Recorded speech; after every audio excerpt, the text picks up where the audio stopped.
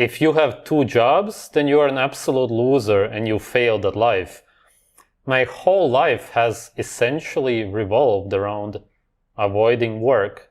If there's anything that a masculine man would do, an actual man, natural one, then it would be not to work. You wouldn't be a slave to your government, to the boss, whatever. The worst kind of job you can have is to be a police officer or in the military. Then you're just an absolute tool of the government. You risk your life for them.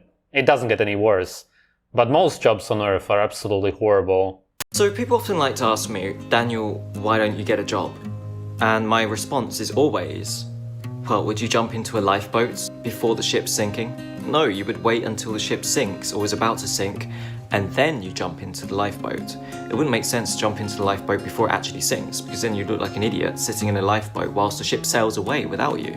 So I like to think of my YouTube channel as the Titanic. And I'm the captain, and there's an iceberg, and there are lifeboats. And I have several options. The ship's about to hit the iceberg. So what do? Do I just abandon the ship, let it sail into the iceberg and jump off into a lifeboat and then run away? Or do I try and steer the ship away from the iceberg and make an attempt to save the ship? Well, obviously, as the captain of the ship, I'm going to try and do my very best to keep the ship afloat and not just let it sink. That's my theory. And basically what it means is, I'm not going to stop doing YouTube and get a job until I desperately need to get a job and I have no more money left and I've used all my savings and I'm only getting 500 views per video.